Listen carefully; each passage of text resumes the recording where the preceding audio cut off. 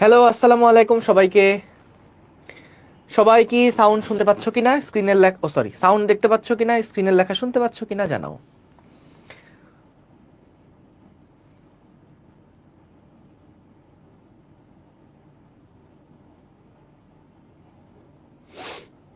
সবকিছু ঠিকঠাক আছে? Good, very good.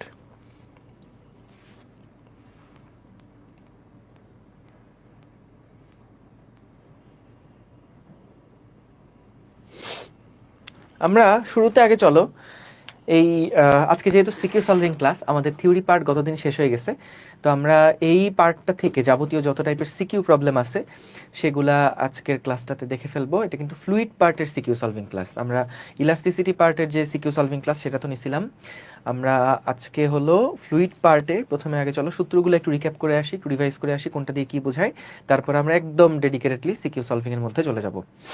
ঠিক আছে? আচ্ছা, ওকে, গুড। চলো তাহলে শুরু করি, বিসমিল্লাহ।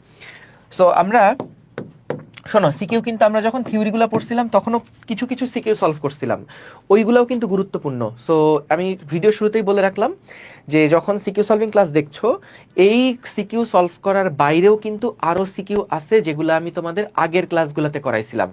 তো ওই সিকিউগুলা এই ক্লাসে কিন্তু আবার রিক্যাপ করব না, বুঝছো?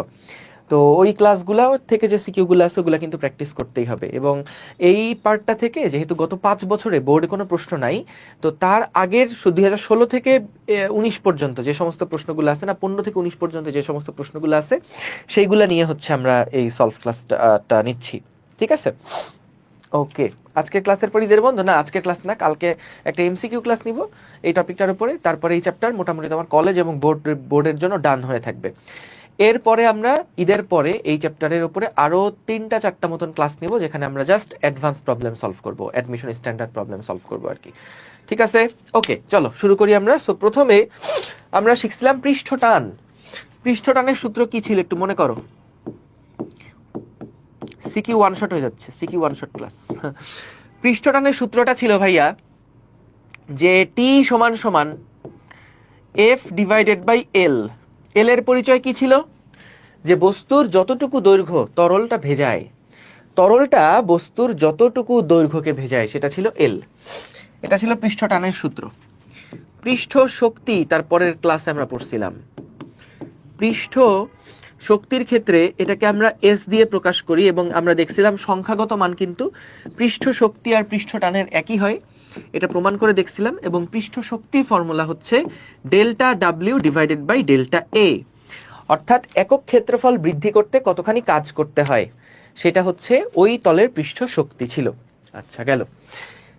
পৃষ্ঠ শক্তির পরে আমরা 3 নাম্বার ক্লাসে পড়ছিলাম, আমরা 3 নাম্বার, আচ্ছা, পৃষ্ঠ শক্তি থেকে কি কি কনসেপ্ট ছিল?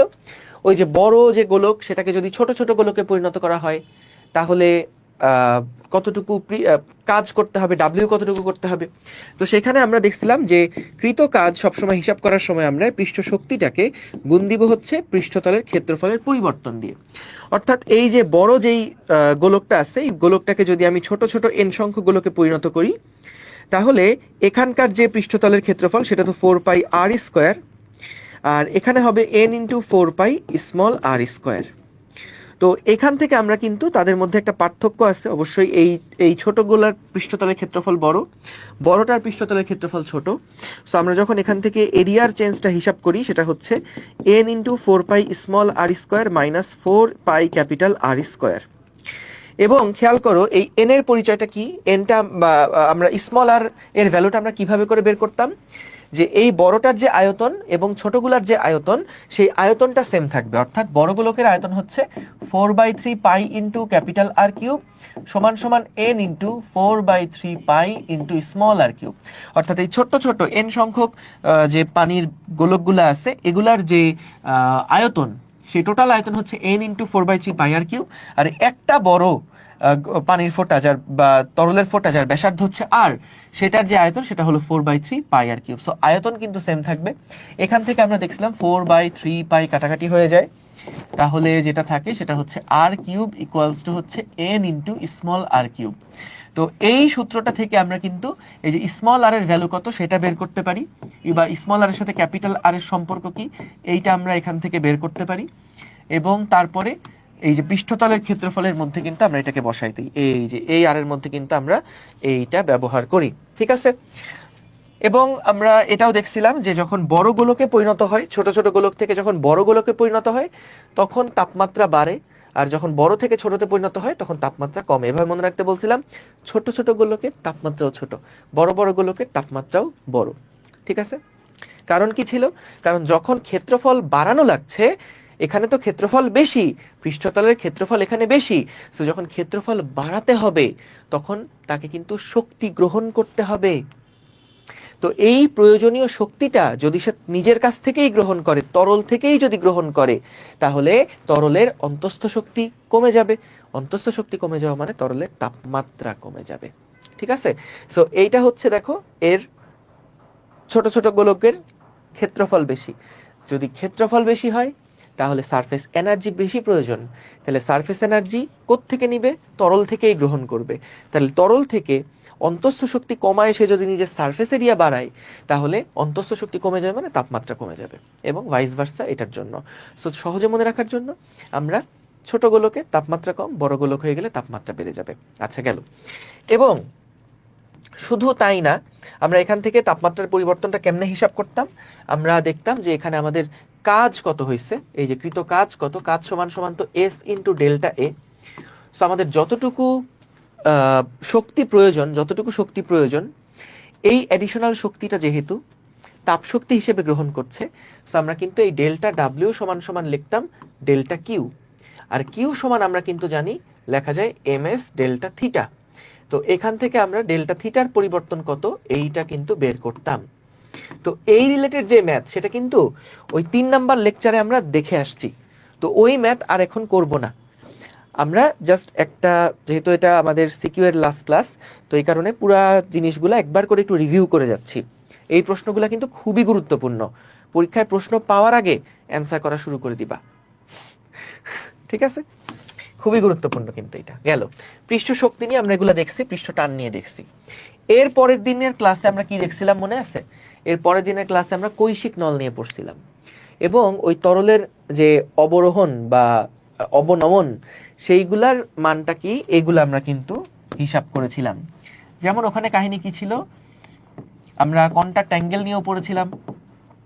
একটা তরলের মধ্যে যদি আমরা একটা সরু কাচের নলকে ঢোকাই, তাহলে দেখা যাবে যে পৃষ্ঠটানের প্রভাবে কিন্তু এটা নল যেই তরলটা কিছুটা উপরের দিকে উঠে যাবে। যদি পানি হয় আর কাঁচ হয়, তাহলে পানি কিন্তু এরকম এইচ পরিমাণ উচ্চতা উপরের দিকে উঠে যাবে। সো আমরা এই এইচ এর যে সূত্র সেটা কিন্তু বের করছিলাম, যে পৃষ্ঠটানের সমীকরণটা থেকে আমরা বের করছিলাম যে মনে করো আমাদের এখানে যেই নলটা আছে, নলের ব্যাসার্ধ হচ্ছে আর, তারপরে হচ্ছে এই তরলের ঘনত্ব হলো রো, এইটা রো জি, হ্যাঁ, আর হলো স্পর্শকোণ যেটা সেটা হচ্ছে গিয়ে থিটা। এই মনে আছে তো স্পর্শকোণ কি? স্পর্শকোণ হচ্ছে গিয়ে থিটা। সো এখানে আমরা সূত্র প্রতিপাদন করেছিলাম এটা, যে টি সমান সমান r rho g h plus r by 3 divided by 2 cos theta. এই থিটাটা হলো স্পর্শকোণ। এবং দেখো, যেটা পিওর ওয়াটার এবং গ্লাস, এই দুইটার মধ্যে, পিওর ওয়াটার অ্যান্ড গ্লাস, এদের মধ্যে যে স্পর্শকোণ পিওর ওয়াটার এবং গ্লাস হলে, মানে একদম বিশুদ্ধ পানি এবং কাঁচ হলে, যে থিটার মান সেটা হচ্ছে কিন্তু 0 ডিগ্রি। তাহলে 0 ডিগ্রি থাকা মানে কি আসলে জানো? 0 ডিগ্রি থাকা মানে হচ্ছে, ধরো এইটা হলো আমাদের কাঁচ নলটা, তো পানি কিভাবে আছে? পানি ধরো এই যে এই পর্যন্ত পানি ছিল, তারপরে পানি উপরের দিকে উঠে গেছে। সো বিশুদ্ধ পানির ক্ষেত্রে যেটা হয়, বিশুদ্ধ পানির ক্ষেত্রে এটা এইরকম ভাবে থাকে, একদম এইরকম ভাবে থাকে, মানে বিশুদ্ধ পানির যে তোমার অ্যাডহেসিভ ফোর্স, কাচের সাথে ওর যে অ্যাডহেসিভ ফোর্স সেটা কিন্তু অনেক বেশি। তো যার ফলে দেখা যায় এটা তরলকে অনেক বেশি পরিমাণে ভেজায়। সো খেয়াল করো, যদি এই যে বক্র তলতলে স্পর্শক আঁকো, তাহলে তরলের ভিতরে কাচের সাথে যে কোণটা উৎপন্ন হবে এটা 0 ডিগ্রি।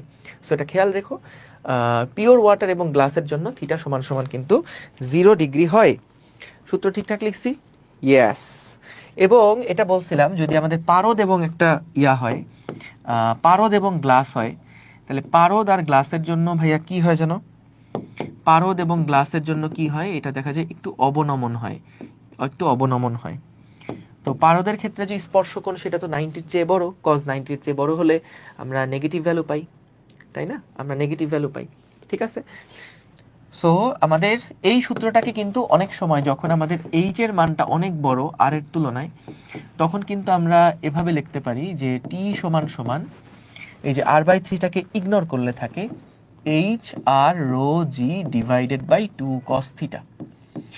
আর যদি থিটার মান 0 ডিগ্রি হয়, অর্থাৎ পিওর ওয়াটার অ্যান্ড গ্লাস হয়, থিটার মান 0 ডিগ্রি হলে আমরা লিখতে পারি টি সমান সমান h r rho g, h r rho g divided by 2। ঠিক আছে? আচ্ছা, গেল। শোনো, যখন একটা চ্যাপ্টার এভাবে করে রিভাইজ করতেছো না, পুরা চ্যাপ্টার পড়া শেষ, আমি এখন যে কাজটা করলাম না, এই কাজটাই তোমরা একদম বইপত্র না দেখে রাফ খাতার মধ্যে করবা, একদম সাদা খাতা আর কলম। লিখতে লিখতে যে জায়গা মনে হচ্ছে ওহো এ তো পৃষ্ঠটানের সমীকরণ তো ভুলে গেছি, এই এইচ এর সূত্র কি হবে দেখে নাও। কিন্তু ওই বই দেখে দেখে, নোট দেখে দেখে রিভিশন, এই কাজ করবা না খবরদার। এটা করে কোনো কাজ, কোনো লাভ নাই। সো যেটা পড়ছো, যা পড়া হয়েছে, সেই পড়াটাই একদম সাদা পেজ আর একটা কলম। যেমনি আমি ধরো একটা একটা করে নোট করলাম, এরকম নোটের মতন না হোক, সুন্দর করে লেখার দরকার নাই, তুমি জাস্ট একটু প্র্যাকটিস করে যাবা, ওইটাই হচ্ছে রিভিশন। আর এই বই দেখে দেখে যেটা রিভিশন, এই রিভিশন আসলে খুব বেশি ফায়দা হয় না। হ্যাঁ, বই দেখে রিভিশন দিবা কখন?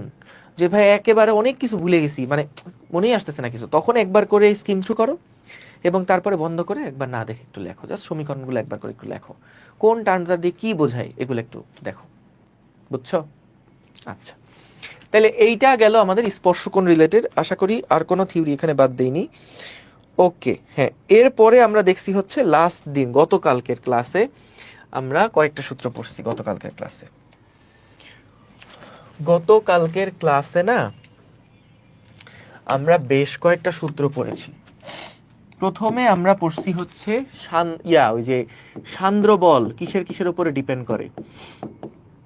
সান্দ্র বল দুইটা তরল সারফেসের মধ্যে সান্দ্র বল কত, দুইটা তরল সারফেসের মধ্যে সান্দ্র বল কত, এটা আমরা দেখেছিলাম এই যে এরকম করে, যে এটা হলো আমাদের সেই মনে করো একটা ভূমি, এর উপরে আমাদের তরল আছে, এর উপরে আছে আমাদের লিকুইড, এর উপরে আছে লিকুইড, এর উপরে আছে লিকুইড, এর উপরে আছে লিকুইড, এর উপরে আছে লিকুইড। তো এখানে আমাদের মনে করো এই উপর দিয়ে একটা বস্তু যাচ্ছে, এই দিক বরাবর ভি বেগে যাচ্ছে। সো যত নিচের দিকে নামা হবে তত কিন্তু এই বেগের মান আস্তে আস্তে কমতে থাকবে, যত নিচে নিচে নামা হবে তত কিন্তু এই তরলের যে বেগ, এই বেগের মান কিন্তু আস্তে আস্তে কমতে থাকবে, যত নিচের দিকে নামা হবে তত বেগের মান আস্তে আস্তে কমতে থাকবে।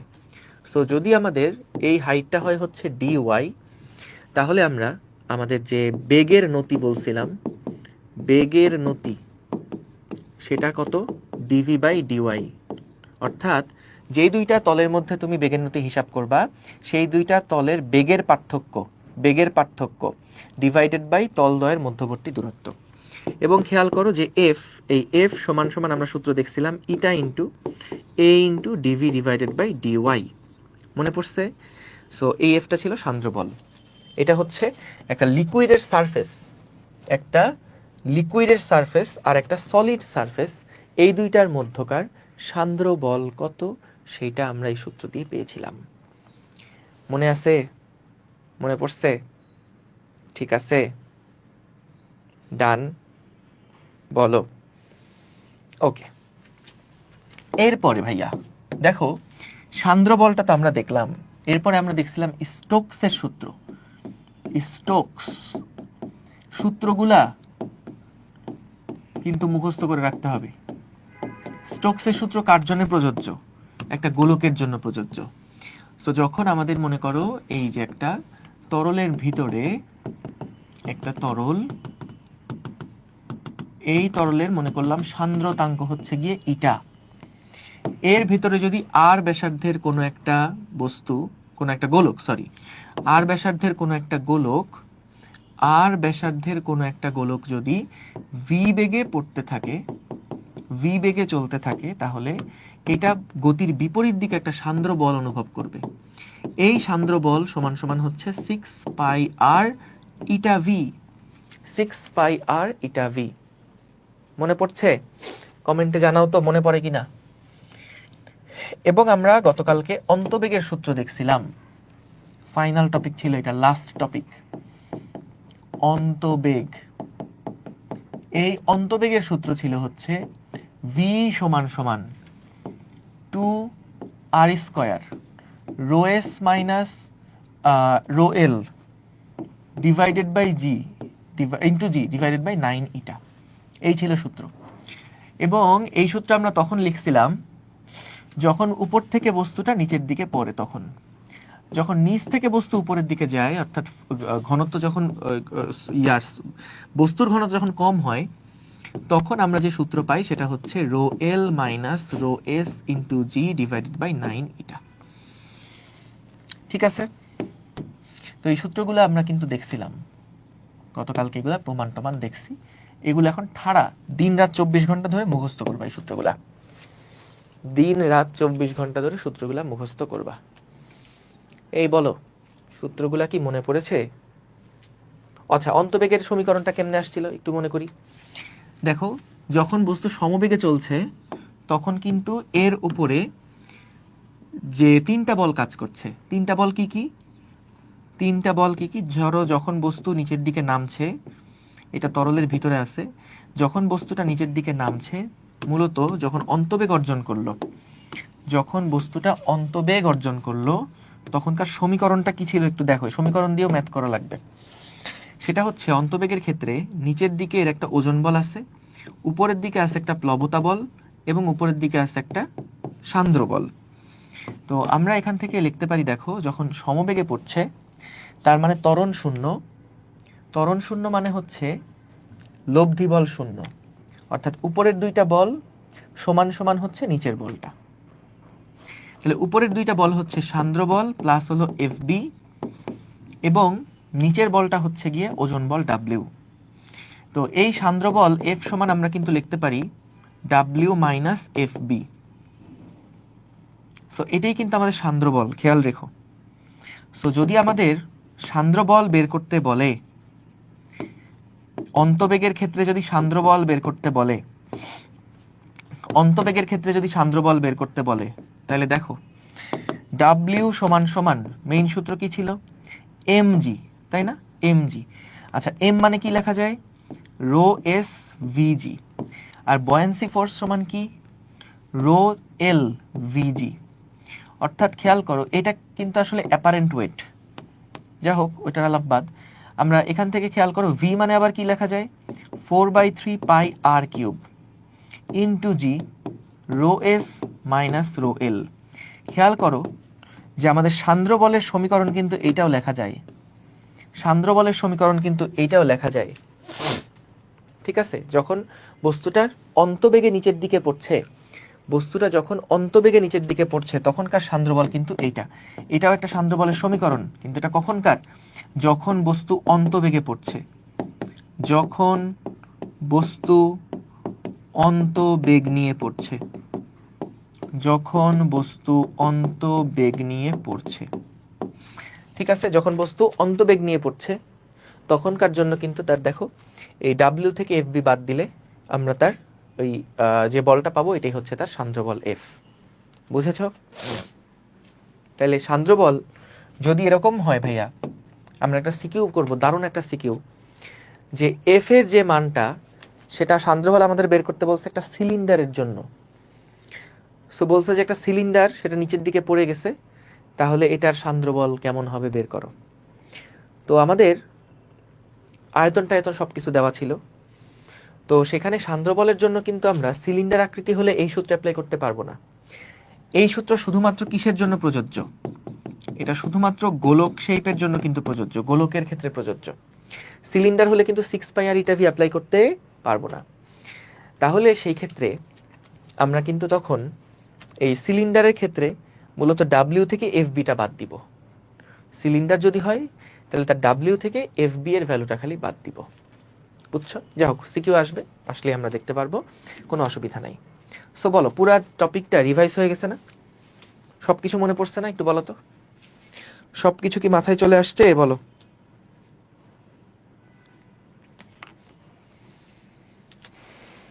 মনে পড়লে আমরা চলো তাইলে সিকিউ প্রবলেমে চলে যাই। সব কিছু যদি মনে চলে আসে তাহলে চলো আমরা সিকিউ প্রবলেমে চলে যাই। ডান, ওকে, বিসমিল্লাহ। আসো, প্রথম প্রশ্ন দেখো কি বলছে। 1 নম্বর প্রশ্ন, একই আয়তন, একই উপাদান এবং এত ব্যাসার্ধ বিশিষ্ট একটা নিরেট সিলিন্ডার এবং গোলককে একত্রে পানিতে ছেড়ে দেওয়া হলো। বস্তুদ্বয়ের উপাদানের এবং পানির ঘনত্ব যথাক্রমে এত এবং এত। সো তার মানে দেখো, সলিডের যে ঘনত্ব সেটা আমাদের দিয়ে দিছে ৭৮০০ কেজি পার মিটার কিউব, এবং পানির যে ঘনত্ব সেটা বলে দিছে ১০০০ কেজি পার মিটার কিউব। পানির সান্দ্রতা গুণাঙ্ক দিয়ে দিছে 0.001 KG per metre per second. বলছে গোলকটা পানির ভেতরে খাড়াভাবে পতনশীল হলে এটার প্রান্ত বেগ কত নির্ণয় করো। ডিরেক্ট সূত্র অ্যাপ্লাই করলে হয়ে যাবে। প্রান্ত বেগ বের করতে বলছে। প্রান্ত বেগের সূত্র আমরা দেখেছি 2r² rho of solid minus rho of liquid divided by g into 9 eta. এই কলমটা দিয়ে লিখতেছি হঠাৎ করে, দেখি কেমন লাগে, অনেকদিন লিখি না। ইটার মান দেওয়া আছে আমাদের, আমার আগে করে ফেলো কিন্তু ক্যালকুলেটারে, আমার আগে বসাও। 2r², আর এর মান কত বলছিল? নিরেট গোলকের ব্যাসার্ধ দিয়ে দিছিল 0.5 into 10⁻⁻² square into rho s minus rho জি।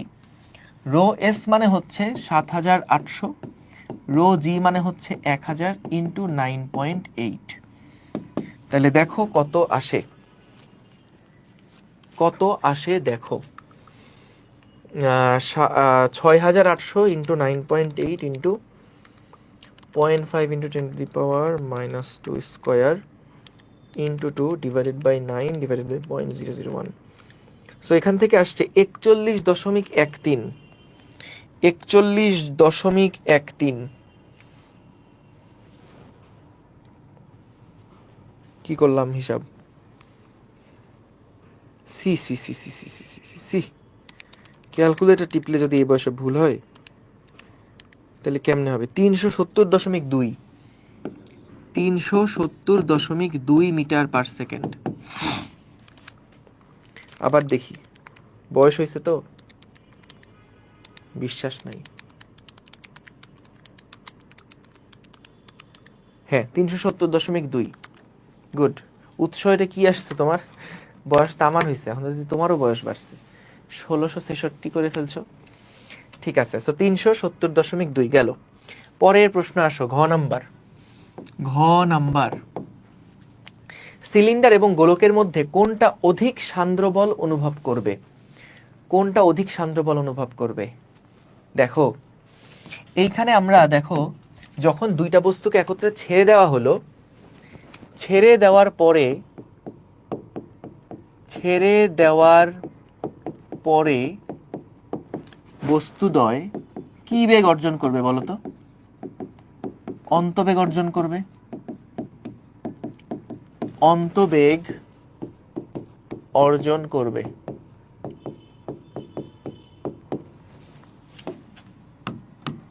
এখন আসো,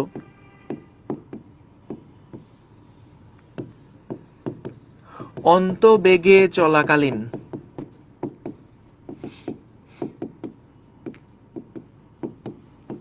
সান্দ্র বল সমান কি হবে? যেহেতু আমাদের বস্তুটা লিকুইডের থেকে বেশি ঘন,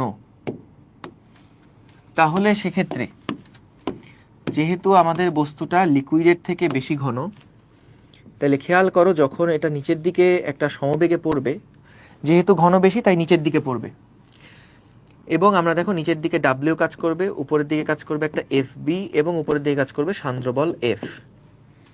তো আমরা লিখতে পারি এফ প্লাস এফ বি সমান সমান ডাব্লিউ, অর্থাৎ দেখো এফ সমান সমান লেখা যাবে W minus F B. So আমরা একটু দেখি সান্দ্র বল ডাব্লিউ মানে হচ্ছে এম জি, আর এফ বি মানে হচ্ছে রো এস রো এল ভিজি, আর এম মানে কি রো এস ইন্টু ভিজি মাইনাস রো এল ইন্টু ভিজি। ভাইয়া ভি কে কেন 4/3 পাই আর কেউ বসাচ্ছেন না? কারণ এইটা তো আর গোলক না। এটা কি গোলক? এটা তো একটা সিলিন্ডার না। একটা সিলিন্ডারের ক্ষেত্রে আসলে কি হবে সূত্রটা? সান্দ্র বলের সূত্রটা কি হবে? সো সান্দ্র বলের সূত্রটা তখন হবে ভিজি কমন নিলে দেখো rho s minus rho l. এখন আমাদেরকে বের করতে বলছে কোনটা অধিক সান্দ্র বল অনুভব করবে, অধিক সান্দ্র বল কোনটা অনুভব করবে। এখন আমাকে একটা জিনিস বলো তো, আমাদের দুই টাইপের অবজেক্ট ছিল, একটা অবজেক্ট হচ্ছে সিলিন্ডার, আর একটা অবজেক্ট হচ্ছে গোলক। বলে দিছে দুইটার আয়তন একই, দুইটার আয়তন একই, দুইটার ঘনত্ব একই, অর্থাৎ এটার রো এস এটারও রো এস, এবং দুইটাকেই কিন্তু তরলের মধ্যে ফেলা হয়েছে। অর্থাৎ ভাইয়া বলো তো আমাকে, যে সান্দ্র বলের যে কেসটা, দুইটার যদি আয়তন সেম হয়, দুইটার যদি ঘনত্ব সেম হয়, দুইটা যদি একই ইয়ার মধ্যে পড়তে থাকে, তাহলে অন্তবেগে চলাকালীন মুহূর্তে তাদের সান্দ্র বলের মান কি আলাদা আলাদা হবে না সেম হবে বলো তো? সো যেহেতু গোলক ও সিলিন্ডারের জন্য, যেহেতু গোলক এবং সিলিন্ডারের জন্য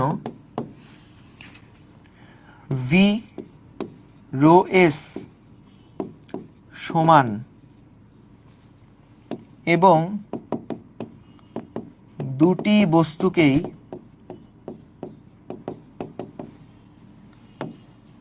পানিতে ছাড়ায় রো এল একই, কাজেই সুতরাং সান্দ্র বল দুইটা বস্তুর ওপর একই পরিমাণ কাজ করবে। সান্দ্র বল দুটি আকৃতির বস্তুর উপরে, দুটি আকৃতির বস্তুর উপরে একই পরিমাণে কাজ করবে।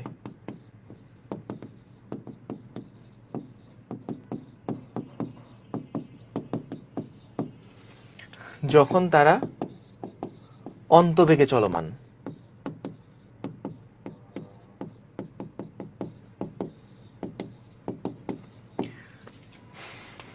ঠিক আছে, তাহলে এটা সেম হবে, কিন্তু এটা কিন্তু গাইডের সাথে উত্তর মিলবে না। গাইডের সাথে কিন্তু এটার উত্তর মিলবে না। গাইডগুলোতে করছে হচ্ছে এফটা প্রপোর্শনাল এরিয়া, যার এরিয়া বেশি, পৃষ্ঠতলের ক্ষেত্রফল বেশি, তার এফ বেশি। কিন্তু এখানে যখন উপর থেকে নিচের দিকে তুমি ফেলে দিচ্ছ, শুধুমাত্র এরিয়ার উপরে কিন্তু এটা ডিপেন্ডেন্ট না। সান্দ্র বলটা আমরা দেখছি এটা কি বেগে চলছে তার উপরে ডিপেন্ড করে। সান্দ্র বলটা আমাদের কিন্তু যে ফ্লোতে আছে সেই ফ্লোয়ের উপরে ডিপেন্ড করে, এরকম আরো কতগুলো ক্যারেক্টারিস্টিকের উপর ডিপেন্ড করে। শুধুমাত্র গোলকের জন্য আমরা কিন্তু সূত্র দেখছি 6πr ইটা ভি। সিলিন্ডার আকৃতি হলে কিন্তু সেটা 6πr ইটা ভি আর হবে না। সো সান্দ্র বলের ক্ষেত্রে যখন আমরা ম্যাথ করতেছি, দেখো সান্দ্র বল যখন বস্তুটা অন্তবেগে চলা শুরু করবে, অন্তবেগে চলা শুরু করলে কিন্তু এই ফর্মুলা তার জন্য অ্যাপ্লিকেবল, এবং ছেড়ে দিলে তো একটা সময় পরে সেটা অন্তবেগে চলবেই। যতক্ষণ পর্যন্ত অন্তবেগ পাবে না, একটা প্রশ্নের উত্তর দাও দেখি কয়জন প্রশ্নটা ধরতে পারো, আমি একটু ওয়েট করব। বলো তো দেখি, যখন বস্তুটা, দুইটা বস্তুকে আমি ছেড়ে দিলাম, অন্তবেগ অর্জন করার আগে তাদের সান্দ্র বল কি ধ্রুবক থাকবে না সান্দ্র বল পরিবর্তন হতে থাকবে? একটু কমেন্টে জানাও তো।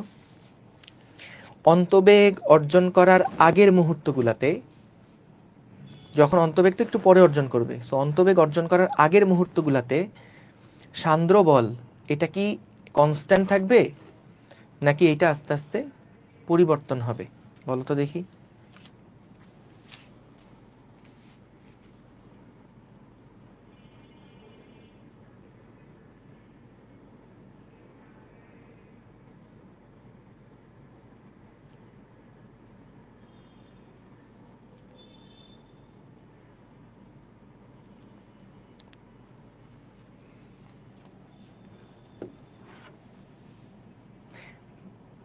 কনস্ট্যান্ট থাকবে, সান্দ্রবল কনস্ট্যান্ট থাকবে, গুড।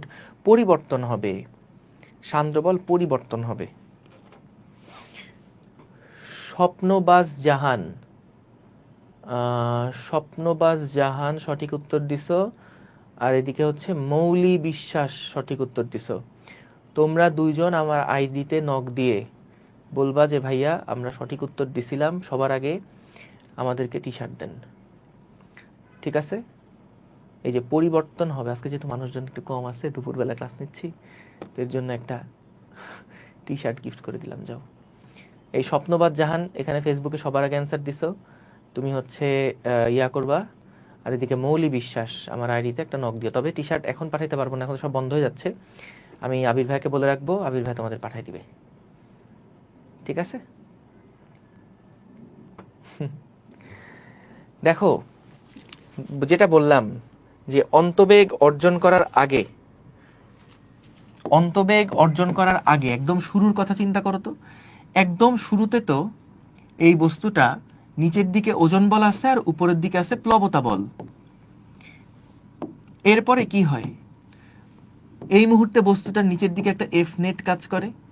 এফ নেট আছে মানে একটা নিচের দিকে ত্বরণ আছে, ত্বরণ মানে তার একটা বেগ আস্তে আস্তে বাড়তে থাকে। সো যত বেগ বাড়ে বলতো, বেগের সাথে কিন্তু সান্দ্রবলটা সমানুপাতিক ছিল। সো আমাদের উপরের দিকে এফ বি আর নিচের দিকে হচ্ছে ডাব্লিউ। সো এইটা দেখা যায় বেগ আস্তে আস্তে যত বাড়ে, বেগ যত বাড়ে তত কিন্তু আমাদের উপরের দিকে এফটা আস্তে আস্তে বাড়তে থাকে, এবং বাড়তে বাড়তে যখন দুইটা বল এই নিচেরটার সমান হয় তখন সেটা অন্তবেগ অর্জন করে। তাহলে অন্তবেগ অর্জন করার আগে কিন্তু এটা একটা ভ্যারিয়েবল ফোর্স, ঠিক আছে? বুঝতে পারছো? অন্তবেগ অর্জন করার আগে এটা কি বল? এটা একটা ভ্যারিয়েবল ফোর্স। বলো, বুঝতে পারছো?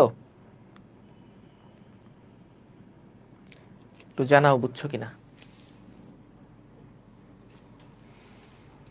গত দিনের কনসেপ্ট কিন্তু একেবারে গুড, ঠিক আছে। সো তাইলে দেখো তো, যেহেতু একদম শুরুতে ছেড়ে দেওয়ার পরপরই তাদের বেগ তখনও বৃদ্ধি পাচ্ছে, ওই সময় তো সান্দ্রবলটা কনস্ট্যান্ট থাকবে না, সান্দ্রবলটা তো পরিবর্তন হবে। সান্দ্রবলটা কখন কনস্ট্যান্ট হবে? যখন এটা সমবেগে পড়তে থাকবে, অর্থাৎ অন্তবেগে পড়তে থাকবে। সো যখনই এটা অন্তবেগে পড়তে থাকবে তখন ভি ফিক্সড হয়ে গেল, যখন ভি ফিক্সড তখনই কিন্তু সান্দ্রবলটাও ফিক্সড। ভেরি গুড, ওকে। এইবার আসো আমরা পরের প্রশ্নটায় যাই, 2 নাম্বার প্রশ্ন। দেখো, এটা পৃষ্ঠটান রিলেটেড একটা সুন্দর প্রশ্ন। দেখো এখানে কি বলছে, মানহা উপরিতলে ভাসমান 5 সেন্টিমিটার দৈর্ঘ্যের একটা তারকে অনুভূমিক অবস্থায় খাড়া উপরে তুলল। এরপর পানিতে একটা লোহার গোলককে ছেড়ে দিয়ে প্রান্তবেগ পরিমাপ করলো। পরবর্তীতে ওই পানির তাপমাত্রা বাড়িয়ে আবারও একই গোলককে ছেড়ে দিয়ে প্রান্তবেগ পরিমাপ করলো। তো এইটুকু আলাপ পরের ঘ নাম্বার প্রশ্নের জন্য। প্রথম লাইনটা হলো গ নাম্বারের জন্য। দেখো, মানহা উপরিতলে, তো কোন একটা তরলের উপরিতলে ভাসমান 5 সেন্টিমিটার দৈর্ঘ্যের একটা তারকে আনুভূমিক অবস্থায় খাড়া উপরে তুললো। আচ্ছা, এটা পানির উপরিতলে হবে, কারণ দেখো এরপর পানিতে বলছে, তো এটা পানির উপরিতলে। ম্যাটেরিয়াল না দিলে তো আর আমরা পৃষ্ঠটান জানি না। সো আমাদের মানহা, পানি কথাটা মিসিং হয়ে গেছে, পানির উপরিতলে ভাসমান 5 সেন্টিমিটার দৈর্ঘ্যের একটা তারকে আনুভূমিক অবস্থায় খাড়া উপরের দিকে তুললো। তাহলে এখন প্রশ্ন করছে, মানহা তারটাকে উপরে তুলতে ওজন বলের সাথে বাড়তি কি পরিমাণ বল প্রয়োগ করবে নির্ণয় করো। সো ওজন বল তো দেওয়া লাগবেই, কারণ একটা বস্তুকে যখন তুমি ধরো এখানে রাখছো, তখন একে তোলার জন্য মিনিমাম তো তোমাকে এই ওজনের সমপরিমাণ বল উপরের দিকে দেওয়া লাগবেই। তো আমাদেরকে বলছে যে 5 সেন্টিমিটার দৈর্ঘ্যের একটা তার ছিল, মানহা তারটাকে উপরে তুলতে ওজন বল তো লাগবেই, ওজন বলের সাথে বাড়তি কি পরিমাণ বল প্রয়োগ করবে, যখন এই তারটাকে উপরের দিকে টেনে তুলবে তখন বাড়তি কি পরিমাণ বল প্রয়োগ করবে। সো মনে করো আমাদের এইটা হচ্ছে গিয়ে ওই তারটা, বুঝছো, এইটা হলো গিয়ে মনে করো আমাদের সেই তারটা, এবং এই তারটা কিভাবে আছে দেখো,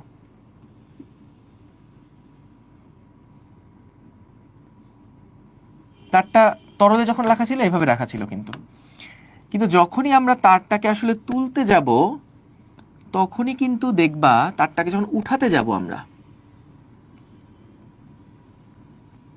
তারটাকে যখন আমরা তুলতে যাব তখন কিন্তু দেখা যাবে তারটাকে যখনই আমরা উঠাতে যাব তখন কিন্তু কি হবে, এই পানিটা তাকে নিচের দিকে একটা বল দিবে, পানিটা তাকে সহজে উপরের দিকে উঠতে দিবে না। জিনিসটা খেয়াল করো, আমরা তো এখানে পার্সপেক্টিভ ভিউটা দেখলাম, যদি সাইড ভিউটা তোমাকে দেখাই, নর্মালি যখন ধরো যখন এই তারটাকে তুমি ইয়ার ভিতরে রাখবা, তরলের ভিতরে রাখবা, নর্মালি যখন তারটাকে তুমি তরলের ভিতরে রাখবা তখন আমাদের পৃষ্ঠ কিন্তু এই যে এরকম করে বেঁকে যায়, তাই না, এই যে বেলুনের পর্দার মতন এরকম করে এটা বেঁকে যায়, এবং টান বলটা তখন কাজ করে কোন দিকে, টান বলটা উপরের দিকে কাজ করে এবং ওজন বলটা নিচের দিকে কাজ করে। এই যে এদিক বরাবর টান কাজ করে, এদিক বরাবর টান কাজ করে, এই দুইটা টানের উলম্ব উপাংশ কাজ করে উপরের দিকে আর ওজন বল নিচের দিকে, এই দুইটা ব্যালেন্স হওয়ার কারণে কিন্তু এটা ভাসতে থাকে, বা ভাসাতো না, এটা হচ্ছে ওই তলের উপরে স্টিক থাকে। এখন যখন তুমি এটাকে তুলতে যাও তখন কি ভেজাল হয় দেখো, যখন তুমি এটাকে একটু উপরের দিকে তুলবা তখন বলো তো এর সাথে সাথে পানি জড়ায় থাকে না, পানি জড়ায় থাকে, কারণ অ্যাডহেসিভ ফোর্সের কারণে পানি জড়ায় থাকবে। এখন যখন এখানে পানি জড়ায় থাকবে, যখন এটাকে উপরের দিকে তোলা হবে, এটা তো নর্মালি রাখা অবস্থাতে, মানে যখন স্থির অবস্থায় রাখছো বেলুনের পর্দার মতন এটা ভাঁজ হয়ে গেছে, কিন্তু যখন তুমি এই ইয়াটাকে উপরের দিকে তুলতে যাবা তখন কিন্তু পানি এর সাথে আসলে এটে থাকবে, লেগে থাকবে, আঠার মতন এটে থাকবে। তো সেই সময় কিন্তু দেখো পৃষ্ঠটানটা কাজ করবে কিন্তু এর উপর নিচের দিকে পৃষ্ঠটানটা কাজ করবে। তাহলে উপরের দিকে তুমি যখন বল দিবা বস্তুকে তোলার জন্য তখন ওজন বল তো দেওয়া লাগবেই, সেই সাথে কিন্তু এই যে পৃষ্ঠটানজনিত যে বল সেটাকেও ওভারকাম করতে হবে। তো আমাদের ওইটাই বলছে যে মানহা তারটাকে উপরে তুলতে ওজন বলের সাথে, ওজন বল তো দেওয়া লাগবেই, সেই সাথে বাড়তি কি পরিমাণ বল প্রয়োগ করবে সেটা নির্ণয় করো। তাহলে বাড়তি কি পরিমাণ বল প্রয়োগ করবে, পৃষ্ঠটানজনিত বল প্রয়োগ করবে এফ, এফ সমান সমান সূত্র কি, টি ইন্টু এল। এখন আমাদের এখানে এল মানে কি ছিল, বস্তুর যতটুকু দৈর্ঘ্যকে তরলটা ভেজায়, তাহলে কতটুকু দৈর্ঘ্যকে ভেজায়, 5 সেন্টিমিটার দৈর্ঘ্যকে ভিজাবে, নাকি দেখো এই পাশে একটা 5 সেন্টিমিটার আছে, ওই পাশে আরেকটা 5 সেন্টিমিটার আছে, তাহলে টোটাল যে দৈর্ঘ্যটা ভেজাবে সেটা হচ্ছে 2 ইন্টু 5 সেন্টিমিটার মানে 5/100। আর পানির ক্ষেত্রে পৃষ্ঠটান তো হচ্ছে 72 into 10⁻³ into 2 into 5 divided by 100। So additional এই পরিমাণ বল কিন্তু বস্তুটাকে প্রয়োগ করতে হবে। যেমন ভাইয়া দেখো, সাপোজ তোমাকে এভাবে এক্সাম্পলটা দেই যে মনে করো আমার হাতের উপরে একটা চুইংগাম পড়ছে, তো আমি যদি চুইংগামটাকে তুলতে চাই তাহলে কি হবে, এই চামড়াগুলা কি চুইংগামটাকে টেনে নিচের দিকে ধরবে না?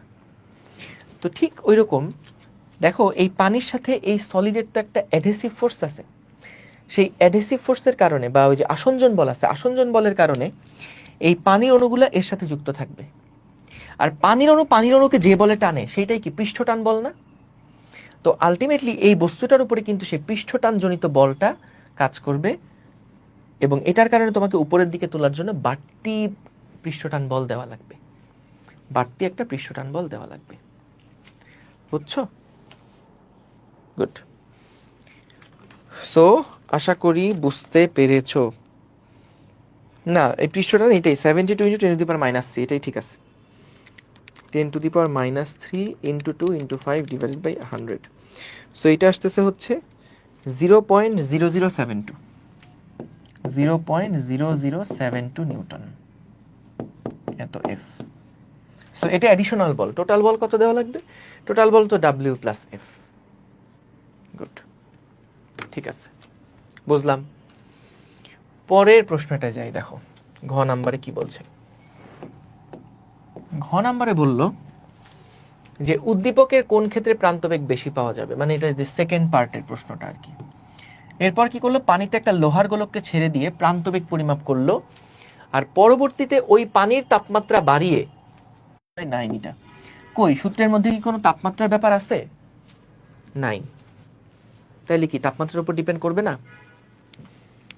ব্যাপার আছে।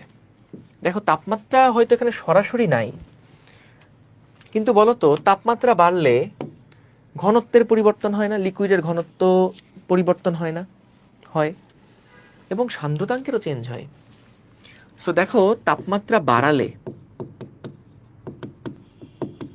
তাপমাত্রা বৃদ্ধি করলে, তাপমাত্রা বৃদ্ধি করলে রো এল, রো এস এর খুব বেশি পরিবর্তন হবে না,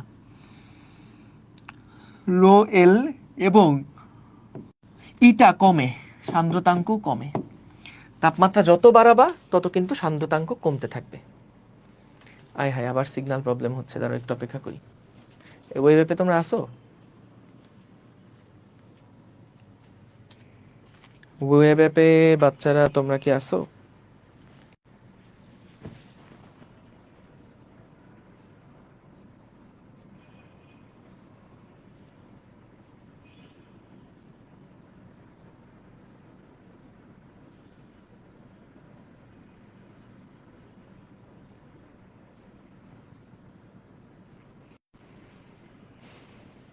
আচ্ছা, অডিও ভিডিও ক্লিয়ার। ফেসবুকেও আশা করি ঠিক হয়ে গেছে এখন, এখন দেখা যাচ্ছে ঠিক হয়ে গেছে, মাঝখানে লাল দেখাচ্ছিল। আচ্ছা দেখো, এখন দেখো তাপমাত্রা বৃদ্ধি করলে রো এল মানে লিকুইডের ঘনত্বও কমে, রো এল মানে লিকুইডের ঘনত্ব, আর ইটাও কমে, ইটা হলো সান্দ্রতাঙ্ক।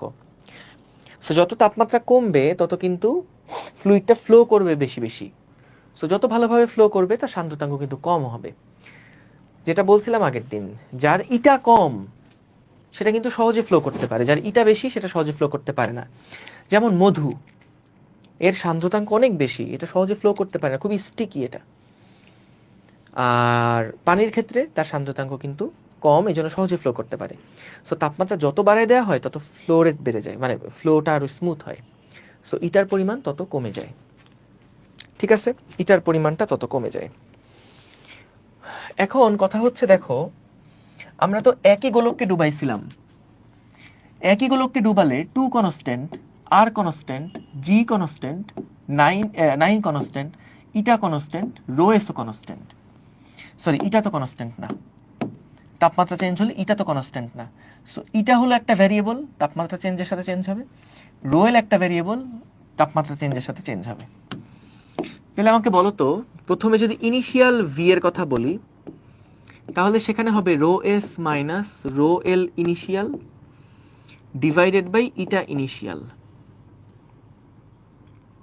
আর ভি ফাইনাল যেটা, সেটা হচ্ছে তাপমাত্রা যেহেতু বেড়ে গেছে, rho liquid final divided by eta final. এখন আমরা কোথায় অন্তবেগ বেশি হবে, প্রান্তবেগ বেশি হবে, এটা তুলনা করতে চাই। সো তুলনা মানে অনুপাত করলে ভালো। তুলনা বললেই আমরা অনুপাতের দিকে যাব, কারণ একটার কত গুণ সেটা বের করা সহজ হয়। So v final by v initial, এটা হচ্ছে দেখো rho s minus rho l final divided by eta final into উপরে আসবে হচ্ছে eta initial divided by rho s minus rho l initial. তো খেয়াল করো, rho s minus rho l f divided by rho s minus rho l initial into eta initial divided by eta final. So v final by v initial সমান আমরা এটা লিখতে পারি। এখন ভাই আমাকে বলো তো, যদি তাপমাত্রা বৃদ্ধি করা হয়, তাপমাত্রা বাড়ালে যেহেতু এগুলা কমে, তাপমাত্রা বাড়ালে ইটা কমে, তার মানে ইটা 2 বাই ইটা 1, বলো তো এটা কি একের থেকে ছোট হবে না? কারণ তাপমাত্রা বৃদ্ধি করলে যদি ইটা কমে, তাহলে এটা কম, এটা 2 তো না, এটা ফাইনাল বাই এটা initial, eta final by eta initial, এটা কিন্তু একের থেকে কম হবে। এবং দেখো যেহেতু রো এল এর মানটাও কমে, রো এল যেহেতু কমে, তাহলে বলো তো rho s minus rho l final divided by আমাদের হচ্ছে rho s minus rho l initial. বলো তো ভাইয়া এইটার ভ্যালু একের বেশি হবে না একের কম হবে? একের বেশি হবে না একের কম হবে? দেখো একটু চিন্তা করি, এই দুই পাশে রো এসটা সেম, সো যখন তাপমাত্রা বাড়ানো হবে তখন রো এল কমবে, সো রো এল ফাইনালটা কিন্তু কম, এটার মান কম, আর এটার মান কিন্তু বেশি। সো ভাইয়া বলো তো রো এল যদি কম হয় তাহলে অল্প কিছু বিয়োগ যাবে, তাহলে পুরাটার মান কিন্তু বড়, আর রো এল ইনিশিয়াল বড় মানে পুরাটার মান কিন্তু ছোট, সো এই উপরে বড় নিচে ছোট, এইটার মান কি অবশ্যই একের থেকে বড়, একের থেকে বড়। আচ্ছা, সো আমাদের দরকার eta initial by eta final. বলো তো এখান থেকে আমরা তো eta final by eta initial করছিলাম, so eta initial by eta final এটা সমান কি হবে? একের থেকে বড় না? তাহলে দেখো v final divided by v initial সমান সমান যা যা ছিল এই যে rho s minus rho l f divided by rho s minus rho l i into eta initial by eta final. ভাইয়া এইটাও একের থেকে বড় অনুপাত, এইটাও একের থেকে বড় অনুপাত, তাহলে আমি এখানে সরাসরি লিখে দিব v final by v initial, যেহেতু এই পুরো গুণফলটাই একের থেকে বড়, তাহলে v final by v initial একের থেকে বড়, অর্থাৎ ফাইনাল যে বেগটা সেটা কিন্তু বেশি হবে। সো তাপমাত্রা বাড়ালে অন্তবেগ বাড়বে, তাপমাত্রা বৃদ্ধি করলে অন্তবেগ বেশি পাওয়া যাবে, বুঝছো? তাপমাত্রা বৃদ্ধি করলে অন্তবেগও বৃদ্ধি পাবে। দেখো বুঝেছো কিনা?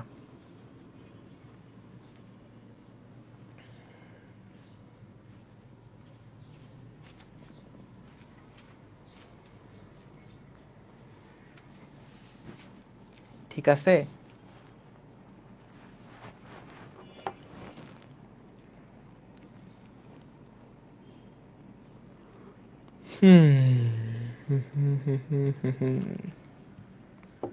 ম্যাথটা কঠিন না আসলে, একটু ভালো কনসেপচুয়াল আর কি। এই পয়েন্টটা ধরতে না পারলে ঝামেলা, যে তাপমাত্রা বৃদ্ধি করলে যে রো এল আর ইটা কমে, এটা ধরতে না পারলেই ঝামেলা। ঠিক আছে,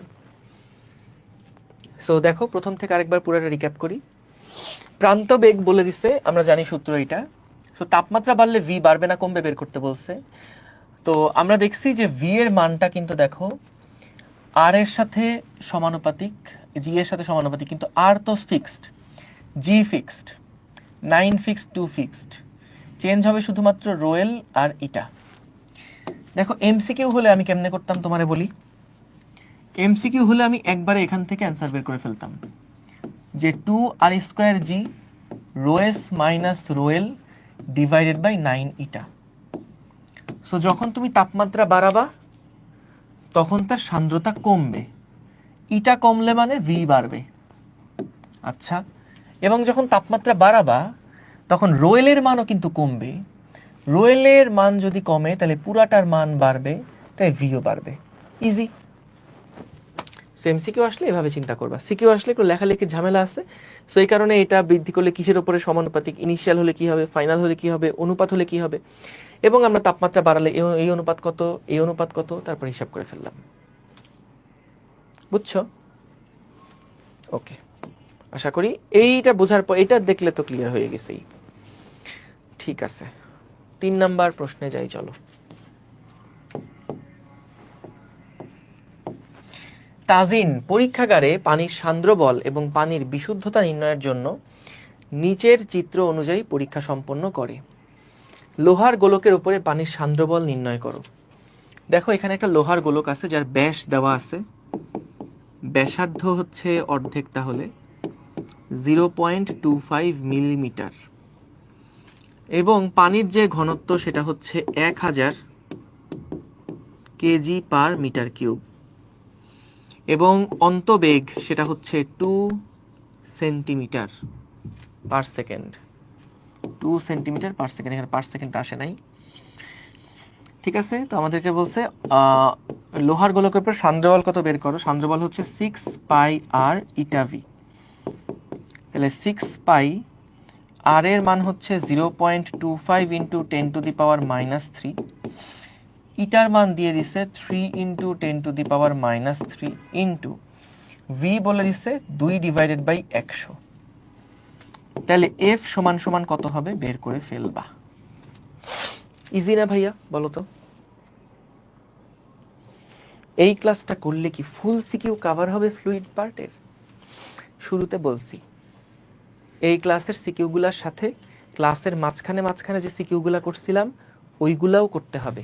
ওইগুলো তো আর রিপিট করতেছি না এখানে। তো মাঝখানে মাঝখানে যে সিকিউগুলো ওগুলোও মাস্ট করবা, কোনো বিকল্প নাই। এবং তোমাদের ইয়ার ফাইনালের পরীক্ষায় এই ফ্লুইড পার্ট থেকে প্রশ্ন দিয়ে দিছে, দেখতে পাচ্ছি দিয়ে দিছে। পাওয়ার সাথে সাথে অ্যান্সার করে ফেলবা, খাতা পাওয়ার সাথে সাথে, প্রশ্ন দেখারও দরকার নাই, অ্যান্সার করা শুরু করে দিবা। এখন কোন পার্টটা থেকে দিতে পারে? 3টা পার্ট। একটা হচ্ছে বড় গোলক থেকে ছোট গোলকে পরিণত হলে তাপমাত্রার কেমন চেঞ্জ হবে বা পৃষ্ঠ শক্তি কতটুকু বৃদ্ধি, ওই টপিকটা থেকে।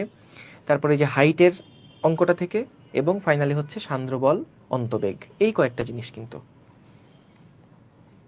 হ্যাঁ, ওই 10টা লেকচার করলে ইনশাল্লাহ হয়ে যাবে। কিন্তু প্র্যাকটিস করতে হবে, বই টই প্র্যাকটিস করবা। যতই ক্লাস দেখো না কেন কোনো লাভ নাই, কিন্তু 100টা ক্লাস দেখলা 1 পয়সা কোনো দাম পাবা না। নিজে হাতে করতে হবে, না দেখে পারতে হবে। একটা সলভ প্রশ্নকে দেখছো, না দেখে পারতে হবে। প্র্যাকটিস করার সময় প্রথমবার না দেখে পারলে কোনো সমস্যা নেই, তখন তুমি সলভ দেখো। কিন্তু তোমার এক্সপার্টিসটা এমন হইতে হবে প্র্যাকটিস করতে করতে করতে করতে যে হ্যাঁ আমি পারবো, যে কোনো প্রশ্ন না দেখে সলভ দেখা ছাড়াই আমি কিন্তু অ্যান্সার দিতে পারবো। বুঝছো? এফ এর মান বের করছো 2.83 × 10⁻⁷। হিসাব করে দেখো এটা কত আসে, হিসাব করে দেখো। আচ্ছা, পরেরটা বলছে যে পরীক্ষাগারে ব্যবহৃত পানিটা বিশুদ্ধ কিনা। সো ব্যবহৃত পানিটা বিশুদ্ধ কিনা কেমনে বের করবো এটা? সো দেখো, বিশুদ্ধ পানির একটা ক্যারেক্টারিস্টিক দিয়ে দিছে পৃষ্ঠটান 72 × 10⁻³ অন্তবেগ দিয়ে তো বিশুদ্ধ পানি কিনা এটা ক্যালকুলেট করা যাবে না, তাই না? অন্তবেগ দিয়ে তো এটা ক্যালকুলেট করা যাবে না। আচ্ছা, আমরা এটা কেমনে কি দেখছিলাম আগের বার? আচ্ছা, দেওয়া ছিল প্রশ্নের মধ্যে। ওকে, সো এই প্রশ্নের মধ্যে আমরা কিন্তু দেখো একমাত্র অপশন আছে এইটার দিকে তাকানো, এইটার দিকে তাকানো। সো আমরা আগে দেখতে পারি যে এই যে হাইট উঠছে 40 সেন্টিমিটার, পানি যদি আসলে বিশুদ্ধ হয় তাহলে কি 40 সেন্টিমিটার হাইট উঠে নাকি উঠে না? নলের ব্যাসার্ধ দেওয়া আছে কিন্তু 0.03 মিলিমিটার নলের ব্যাসার্ধ দেওয়া আছে। 40 সেন্টিমিটার মানে হচ্ছে আমাদের হাইটটা দেওয়া। তো সূত্র আমি ভুল করলে একটু ঠিক করে দিও। টি সমান সমান কি জানো ছিল? R rho g h plus r/3 divided by 2 cos theta. 2 cos theta, ঠিক আছে? তো এখান থেকে আমরা আসলে ক্যালকুলেট করতে চাই যে এইচ এর মানটা কত হয়। আচ্ছা, তো বিশুদ্ধ পানির ক্ষেত্রে কিন্তু আমরা জানি cos থিটার মান হয়ে যাবে 1। বিশুদ্ধ পানির ক্ষেত্রে cos থিটার মান 1। তাহলে আর রো জি, এটা এইচ ধরলে আসলে হয়, কারণ 40 সেন্টিমিটার কই আর এই মিলিমিটার কই, ধুর বেটা, r/3 বাদ, শুধু আর রাখি এখানে, শুধু এই যে এইচ রাখি। তারপরেও r/3 ধরে ক্যালকুলেট করলে বেস্ট হয়, কারণ আসলে বিশুদ্ধ কিনা এটা বের করতে বলছে। তো আমরা যেহেতু ডেটা দেওয়া আছে তাই আর মিস না করি। আর টি এর মান হচ্ছে দেওয়া আছে বিশুদ্ধ পানির পৃষ্ঠটান কত। তাহলে কি করব? খেয়াল করো, এইচ প্লাস r/3 এটা সমান হচ্ছে 2t divided by r rho g, ঠিক আছে? এইচ এর মানটা কত এটা আগে আমরা দেখি। আর রো জি মাইনাস হচ্ছে r/3। এই মানটা যদি আমাদের 40 সেন্টিমিটার হয় তাইলে ভাই এই পানি বিশুদ্ধ বিশুদ্ধ বিশুদ্ধ। আর যদি না হয় তাহলে কিন্তু হবে না, ঠিক আছে? আচ্ছা, তাহলে আসো হিসাব করি। 2 × 72 ইন্টু 10⁻³ ডিভাইডেড বাই আর মানে হচ্ছে 0.03 ডিভাইডেড বাই 10⁻³ রো হচ্ছে 1000 9.8 মাইনাস আর মানে কত 0.03 ইন্টু 10⁻³ ডিভাইডেড বাই 2।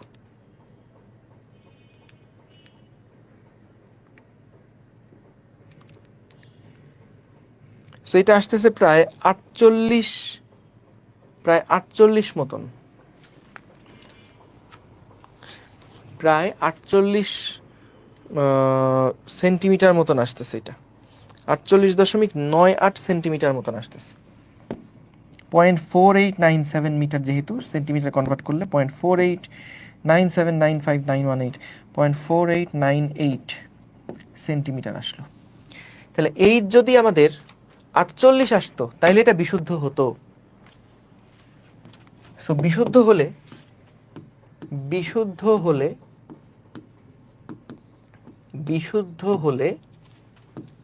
H সমান 48.98 সেন্টিমিটার হবে। কিন্তু উদ্দীপকে H সমান 40 সেন্টিমিটার, কাজেই পানি বিশুদ্ধ নয়।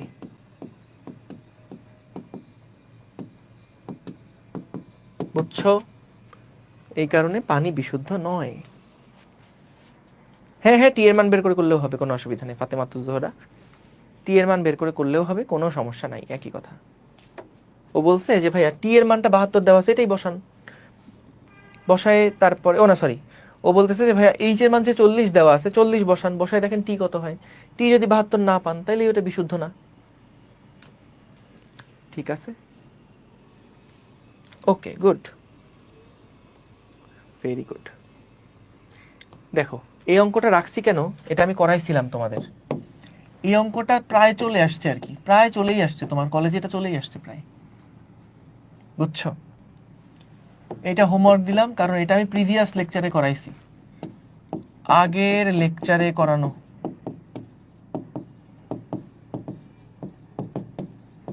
সম্ভবত এটা হচ্ছে লেকচার 8।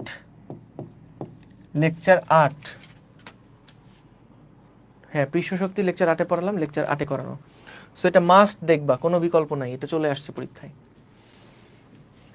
আচ্ছা, এই প্রশ্নটা দেখো এবার। আমরা কত নম্বরে আছি? 3টা করছি, এটা 4 নাম্বার,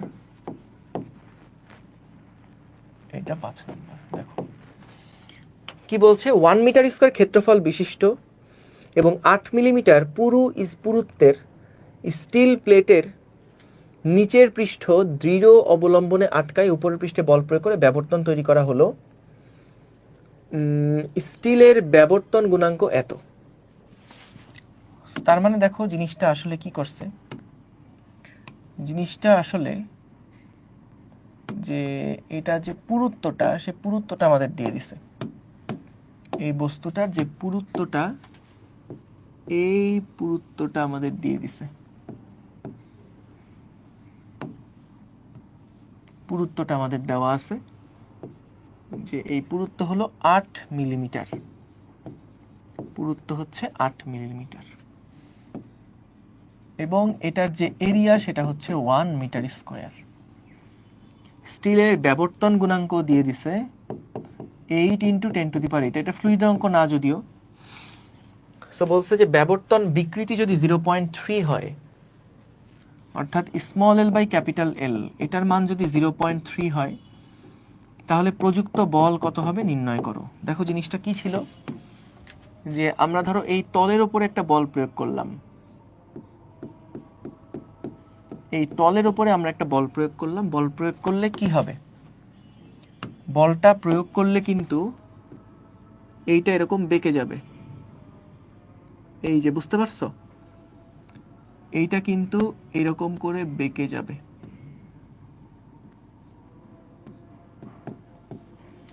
ঠিক আছে, এটা যে এরকম করে হেলে গেল, এই যে এটা এরকম করে হেলে গেল।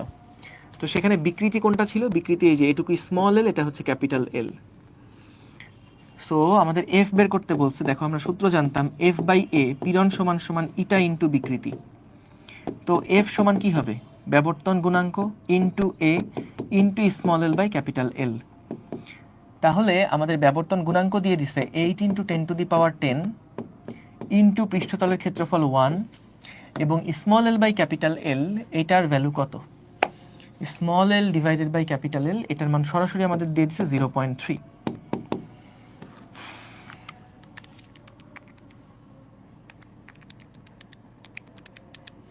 এটা আসে 2.4 ইন্টু 10⁻10 নিউটন, 2.4 ইন্টু 10⁻10 নিউটন আসে। এত নিউটন বল প্রয়োগ করলে ব্যবর্তন বিকৃতি এত পাওয়া যাবে। ঠিক আছে, গুড। গেলাম পরের প্রশ্নে। পরের প্রশ্নে চলে গেলাম। দেখো এখন বলছে প্লেটটাকে যদি, ঘ নাম্বার প্রশ্ন, ওই প্লেটটাকে যদি এত সান্দ্রতা সহগের তরলের 2 মিলিমিটার পুরু স্তরের উপরে স্থাপন করে 500 মিটার পার সেকেন্ড বেগে গতিশীল করা হয়, তাহলে ওই গতিশীল করতে সমান বল প্রয়োগ করতে হবে কিনা মতামত দাও। অর্থাৎ আগেরবার আমরা যে বলটা প্রয়োগ করছি 2.4 ইন্টু 10⁻10, এই প্লেটটাকে যদি আমরা এত সান্দ্রতা সহগের 2 মিলিমিটার পুরো স্তরের উপর স্থাপন করে 500 মিটার পার সেকেন্ড বেগ দিতে চাই, তাহলে কি সমান বল প্রয়োগ করতে হবে কিনা? এইটা আবার কেমন প্রশ্ন ভাইয়া?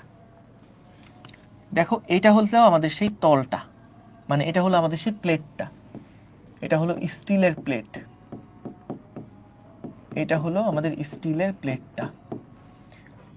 তো এই স্টিলের প্লেটটার উপরে কি করা হয়েছে, এই স্টিলের প্লেটটার উপরে একটা ফ্লুইড বসানো হয়েছে, নিচে একটা ফ্লুইড বসানো হয়েছে, এই স্টিলের প্লেটের নিচে একটা ফ্লুইড বসানো হয়েছে। হ্যাঁ, এইটার নিচে একটা ফ্লুইড বসানো হয়েছে, এই যে। তো ফ্লুইডের পুরুত্ব কত? এই পুরুত্ব হচ্ছে 2 মিলিমিটার, এটা হচ্ছে 2 মিলিমিটার। স্টিলের প্লেটটা হচ্ছে এই যে এইটা, যার পৃষ্ঠতলের ক্ষেত্রফল দেওয়া আছে, যার এরিয়া দেওয়া আছে হচ্ছে 1 মিটার স্কয়ার। 8 মিলিমিটার পুরুত্বের স্টিল, ওগুলো বাদ। এখন বলছে এইটাকে আমরা এই তরলের উপর দিয়ে, এটা তো তরল ছিল, তো এই তরলটা আবার কিসের উপরে রাখা? তরলটা নিশ্চয় একটা মেঝের উপরে রাখা, তরলটা তো নিশ্চয় একটা মেঝের উপর রাখা, তার উপরে তো আমাদের ওই ফ্লুইডটা রাখা, তার উপরে আমাদের ওই স্টিল প্লেটটা রাখা।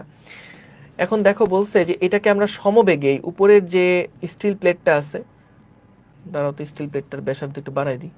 আচ্ছা, এই যে স্টিল প্লেটটা আছে, এটাকে যদি আমরা সমবেগে সামনের দিকে নিয়ে যেতে চাই, তাহলে কত বল দেওয়া লাগবে? এখন বল কেন দেওয়া লাগবে? কারণ যখন এটা সামনের দিকে অগ্রসর হবে, তখন কিন্তু এর উপরে একটা সান্দ্র বল কাজ করবে, তখন কিন্তু এর উপরে একটা সান্দ্র বল কাজ করবে। সো তুমি যদি চাও এই উপরের বস্তুটাকে সমবেগে টানতে, তাহলে কিন্তু তোমাকেও এর উপরে একটা সমান এফ পরিমাণ বল দিতে হবে, বুঝছো? তাহলে আমরা আগে সান্দ্র বল কত এইটা আগে বের করব। দেখো আমরা জানি এই উপরের তলটা যে বেগে গতিশীল হবে, নিচের সারফেসের প্রথম লেয়ারটা কিন্তু সেই একই বেগে গতিশীল হবে, তারপরে আস্তে আস্তে বেগ কমতে থাকবে এবং একদম যেই তলের সাথে লিকুইডটা আছে সেই তলটা যেহেতু স্থির, এই নিচের তলটা যেহেতু স্থির, তাই এর সংলগ্ন তরলটার বেগও হবে স্থির। সো আমরা এখানে যদি বেগের নতি ক্যালকুলেট করি, যেহেতু সান্দ্র বল বের করতে বলছে, দেখো বেগের নতি যদি ক্যালকুলেট করি তাহলে হবে dv divided by dy. So dv মানে বেগের পরিবর্তন। সো দেখো উপরের যে তলটা, এটা যেহেতু আমাদের ওই প্লেটের সাথে কানেক্টেড, প্লেট যে বেগে চলবে উপরের তলটাও সেই বেগে চলবে। তাহলে উপরের বেগটা হচ্ছে 500 আর একদম নিচের বেগটা হলো 0। এদের মধ্যে ডিওয়াই কত? ডিওয়াই হচ্ছে 2 মিলিমিটার। তাহলে 2 ইন্টু 10⁻³ 2 মিলিমিটার।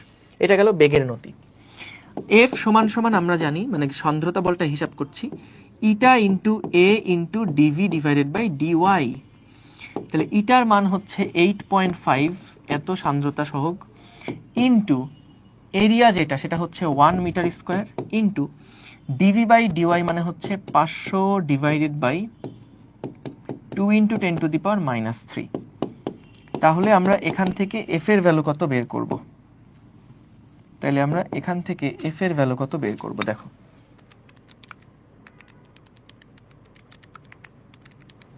এইটা আসতেছে ভাই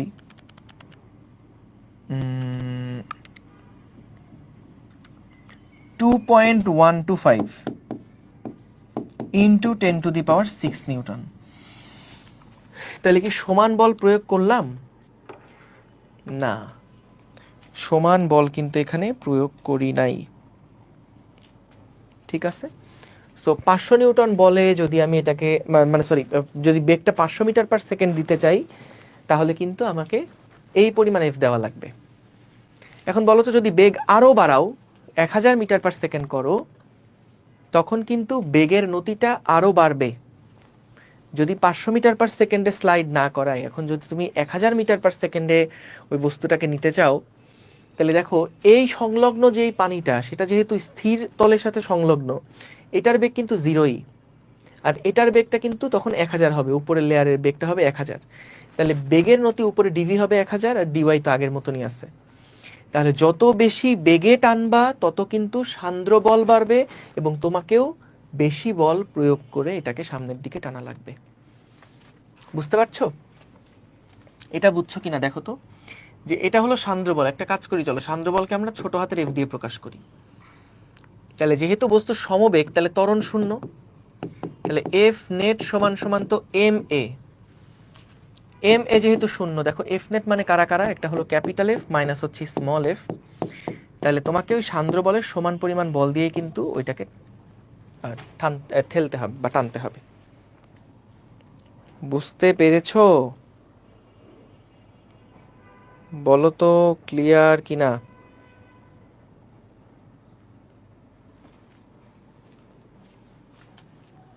ঠিক আছে, তো সমান বল প্রয়োগ করলে হবে না, বলের পরিমাণটা চেঞ্জ করতে হবে। আচ্ছা ঠিক আছে, গেল 5 নাম্বারটা আমরা দেখলাম। এইবার আসো 6 নাম্বারটা দেখি। দেখো কি বলছে, প্রশ্নটা একটু পড়ো আস্তে আস্তে। তমালিকা ভিন্ন ব্যাসের একই পদার্থের দুইটা ধাতব গোলককে তারপিন তেলের মধ্যে ছেড়ে দিল। গোলক দুইটা প্রান্তিক বেগে তারপিন তেলের তলায় গিয়ে পড়ল। ধাতব পদার্থের ঘনত্ব দেওয়া, তেলের ঘনত্ব দেওয়া, বড় গোলকের ব্যাস দেওয়া। তো বলছে প্রান্তিক বেগের সময় বড় গোলকটার উপরে প্রযুক্ত সান্দ্র বল নির্ণয় করো। এখন ভাই দেখো, যখন প্রান্তিক বেগ চলে আসছে, গোলকটা পড়তেছে নিচের দিকে, সো নিচের দিকে ওজন বল আর উপরের দিকে হচ্ছে বয়েন্সি ফোর্স প্লাস হচ্ছে সান্দ্র বল। এটা হলো অন্তবেগের ক্ষেত্রে এই শর্ত কিন্তু ফুলফিল করবে যে এফ প্লাস এফ বি সমান সমান হচ্ছে ডাব্লিউ। তাহলে সান্দ্র বল হচ্ছে W minus F B, simple. তাহলে ডাব্লিউ মানে হচ্ছে রো এস ভিজি আর এফ বি মানে হচ্ছে রো এল ভিজি। তাইলে আমরা এখানে লিখতে পারি rho s minus rho l into vg. এটাই হলো সান্দ্র বল। তুমি চাইলে 6 পাই আর এটা ভিডিও করতে পারো, কোনো অসুবিধা নাই, কিন্তু ইটাটা কি আমাদের দেওয়া আছে প্রশ্নে? ইটাটা যেহেতু সরাসরি দেওয়া নাই, তো এই কারণে 6 পাই আর এটা ভিডিও করতে গেলে কিন্তু একটু প্যারা।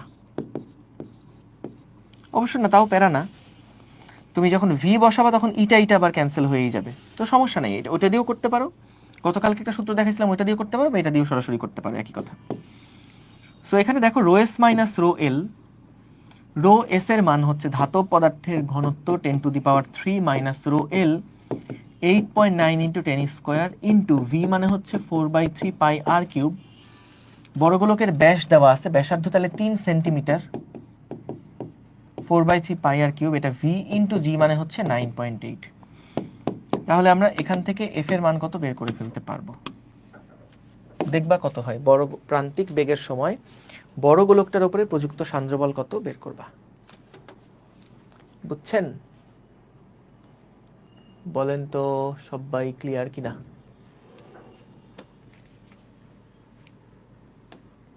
আচ্ছা, পরের প্রশ্নে যাই। তমালিকা ভিন্ন ব্যাসের, আচ্ছা এটা তো গেলই। ছোট গোলকের ব্যাসার্ধ 2 সেন্টিমিটার হলে কোন গোলকটা আগে নিচে পতিত হবে? দেখি তো, বেগ কার বেশি? ভি সমান সমান 2r² rho solid minus rho liquid into g divided by 9 eta. এখন দুইটা গোলকের জন্যই রো এস বলো, রো এল বলো, ইটা বলো, জি বলো, এরা সবাই সেম। তাইলে লার্জ গোলক ডিভাইডেড বাই স্মল গোলক সমান সমান হবে, পুরাটাই ডিপেন্ড করবে ব্যাসার্ধের উপরে, ব্যাসার্ধের বর্গের উপরে কিন্তু এটা ডিপেন্ড করবে। R l square divided by r s square. তাহলে ক্লিয়ারলি বুঝতে পারছো যেটার গোলকের ব্যাসার্ধ যেটার হচ্ছে 3 সেন্টিমিটার আর একটার হলো ব্যাসার্ধ 2 সেন্টিমিটার, তাহলে ভি এল এর মান হবে 3 × 9 2 × 4 9/4 ভিএস। তাহলে গাণিতিক বিশ্লেষণের মাধ্যমে আমরা সিদ্ধান্ত নিলাম যে যার ব্যাসার্ধ বড় তারই কিন্তু বেগ বড়। তাহলে যেটার ব্যাসার্ধ বড় সেটাই কিন্তু আগে মাটিতে পড়বে, সেটাই কিন্তু আগে মাটিতে পড়বে। বুঝছো কাহিনী?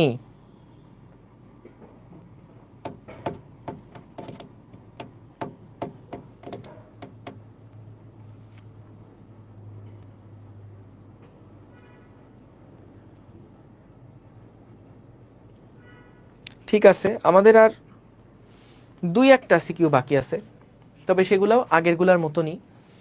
আমরা হচ্ছে আগামীকালকের ক্লাসে কিছু এমসিকিউ সলভ করব। আগেই সিকিউ বাকি যে কয়েকটা আছে, বাকি সিকিউগুলো শেষ করে তারপরে আমরা এমসিকিউগুলা ইনশাল্লাহ সলভ করলেই হয়ে যাবে।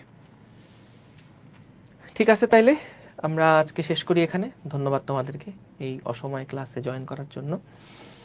আমাদের ইনশাল্লাহ সকল টাইপের সূত্রের কিন্তু প্র্যাকটিস ডান, সকল টাইপের সিকিউ প্র্যাকটিস ডান। আগামীকালকে আর 2-1টা সিকিউ আছে, সেগুলো আমরা দেখে ফেলবো। সেগুলো দেখে ফেললে সিকিউ নিয়ে আর ইনশাল্লাহ কোনো জায়গায় আটকাবা না। তারপরে আমাদের এমসিকিউ থাকবে, এমসিকিউগুলো দেখে ফেললে এই টপিক ঝাঁঝরা হয়ে গেল, আর কোনো গ্যাপ নাই ইনশাল্লাহ। ঠিক আছে, তাইলে শেষ করি। আসসালামু আলাইকুম, আল্লাহ হাফেজ।